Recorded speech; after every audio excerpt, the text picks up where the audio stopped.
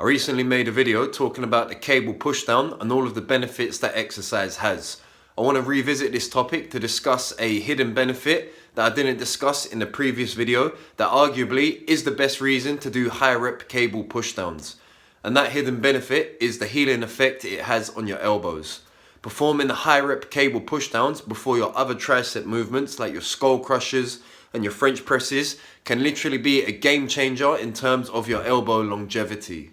Skull crushers and French presses are solid exercises for putting slabs of meat on your triceps, but the big downside to these two exercises is the stress it puts on your elbows. Over time, the more reps you accumulate and the stronger you get at these exercises, they are very notorious for creating elbow pain and causing elbow tendonitis, which in the long term will put a massive halt on your gains. The simple fix to this problem is to perform a few sets of high rep cable pushdowns as your first tricep exercise before you move on to other lifts like your skull crushers or your French presses.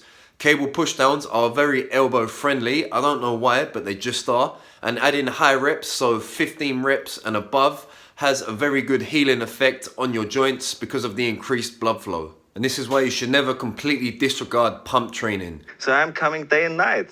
I mean, it's terrific, right? For building lean muscle tissue, there are better ways to go about it, but in terms of joint health and longevity, pump training is your best friend.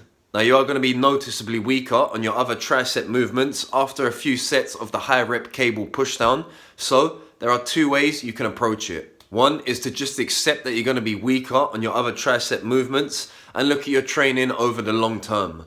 Over months and years to come, you are still going to get stronger and progress with your skull crushers and French presses, so lifting slightly less weight for now has no real bearing in terms of your muscle gains. Think of it this way, you get really strong at the skull crusher over the next 6 months, but along that way you've developed some nasty elbow tendonitis. Now you can't perform the skull crusher due to the elbow pain and you regress in the strength on that lift.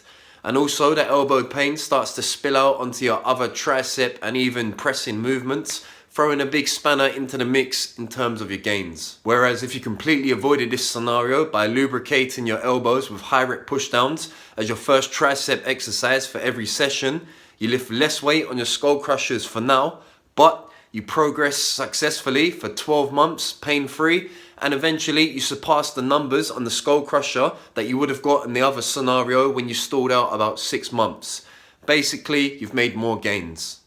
I want to interrupt this video to say that I'm now offering a full online coaching service. So if you want to build muscle, get jacked, lose fat, and learn about training directly from me, click the link in this description to find out more. The second approach would be to use pushdowns to warm up your elbows and not as a tricep builder. Just like any other exercise, you have to warm up with lighter weights first until you reach your working weight for that day. So let's say your working weight with cable pushdowns is 30 kilo for 10 reps. Then your warm up would look something like this. 10 kilo for 10 reps, 15 kilo for 10 reps, 20 kilo for 10 reps, 25 kilo for 10 reps. Then you move on to another exercise like the skull crushers and perform your working sets on that exercise to failure.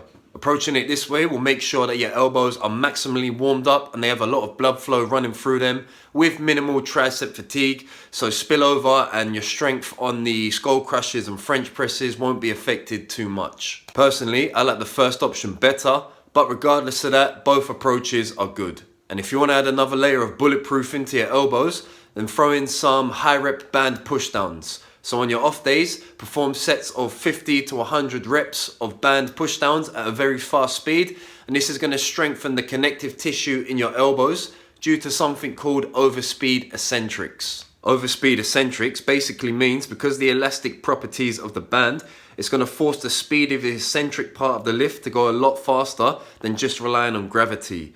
This fast pace forces the connective tissues to take the stress instead of the muscle tissues. And over time, this thickens up your tendons and ligaments and helps bulletproof your joints. These are really good to perform on your off days as active recovery as well, or you can use them as a warm-up or a cool-down to your sessions. Over time, this will really help avoid any potential tendonitis issues. So to recap, you either perform high rep pushdowns as your first tricep movement of the day to warm up your elbows and just accept the fact you're going to be slightly weaker for now on your other tricep lifts, or you use them solely as an elbow warm-up. So you perform multiple sets of submaximal reps at the start of your workout just to get the elbows lubricated, warm things up, make sure everything else goes smoother. And also, if you want to add an extra layer of bulletproofing, throw in some high rep banded pushdowns on your off days, and even as a warm up or a cool down to your sessions. Approaching it like that is going to maximize your elbow longevity, keep them healthy, and make sure you don't get any pains and tendonitis in the future. That's going to be a big halt on your gains. So with all that being said, try out for yourself and see you go from there. Until next time, peace.